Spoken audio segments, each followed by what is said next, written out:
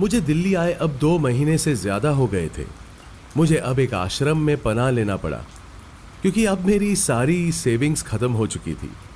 मेरे लिए अब होटल में रहना मुश्किल हो रहा था। मैं अक्सर बांग्ला साहिब गुरुद्वारा में लंगर खाने चला जाता था। मुझे अब नौकरी से भी निकाल दिया गया था। ये कैसा इश्क का महफिल था जहां सिर्फ एक दीवाना था।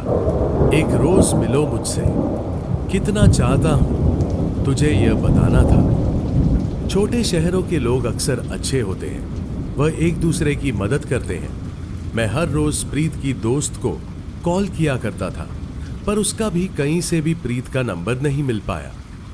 धीरे धीरे उसने भी मेरा कॉल उठाना बंद कर दिया। अगले कुछ महीनों तक मैंने दिल्ली के लगभग सभी जगहों पर प्रीत को खोजने की कोशिश की। मई का महीना था। दिल्ली की गर्मियां पूरी चरम सीमा पर थी। मैं मालवीय नगर के कुछ ऑफिसों में पूछताछ कर रहा था, तभी मैं चक्कर खाकर गिर पड़ा। मुझे जब होश आया तो मैं एक ऑफिस में था।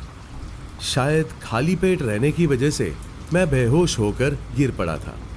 उन लोगों ने मुझे पानी पिलाया और मेरा नाम पूछा, लेकिन तब भी मैं अपना काम कर रहा था। मैंने उनसे प्रीत के बारे में पूछ रहा था। शायद मैं सच में पागल ही हो गया था।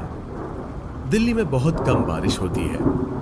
मुझे अपने शहर की वह बारिश बहुत याद आती है, पर जब भी बारिश होती है मुझे प्रीत की बहुत याद आती है और मैं मायूस हो जाता। तब मैं अपनी आंखें बंद कर प्रीत को महसूस करने लग जाता।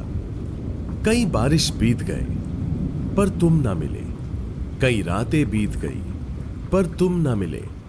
अब मिलो तो बस मुझसे लिपट जाना, क्या पता फिर हम मिले या ना मिले।